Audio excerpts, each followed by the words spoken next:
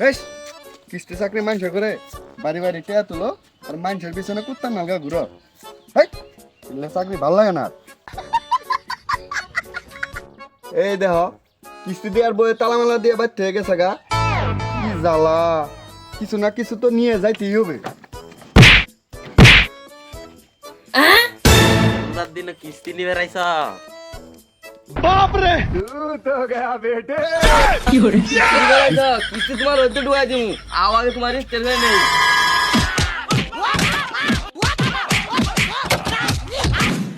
ও বাবা, বাবা গো, ওরা কি আমায় মার্ডার করতে চেয়েছিল?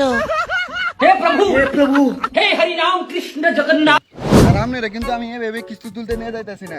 কালকে আমি কিস্তি তুলতে গেছিলাম, শালারা আমার মাইরা মুইরা ঘাট ধাক্কা দিয়ে বের করে দিছে। তাই নাকি? চলুন দিকে আজকে আমি কাটাছি দিয়ে আপনার কে গাছ দেখাতে বাই করে দেয়। হ্যাঁ চলেন চলেন। বাড়িতে কেউ আছেন? কি ব্যাপার কথা কয় না কেন? বাড়িতে কেউ নাই? আছি কেরা? এই আমি কিস্তি মাস্টার, দরজা খুলেন। ও স্যার আসেন আসেন আসেন বাড়ির ভিতরে আসেন। তো দাদা দেরি না করি, রোজা রমজানের মাস, এই মাসের কিস্তিটা তাড়াতাড়ি দিয়ে দেন জামগা।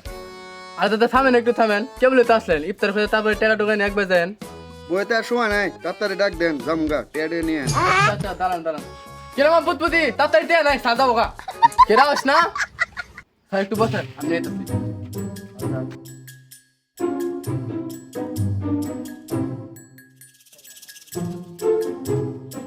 আর এটা আপনার জন্য আজকের বাড়ি বাসায়। স্যার তাহলে আমি উঠি, আপনি কিস্তি নিয়ে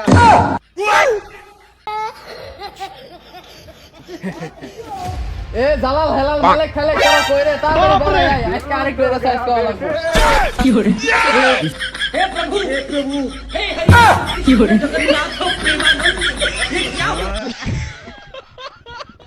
শালার কিস্তি আলা পুলিশ নে কিস্তি নেবে রাহস, আবার পুলিশ নে কিস্তি নেবে রাহিস, কিস্তি তো জায়গা মতো ঢুকাই দিমু।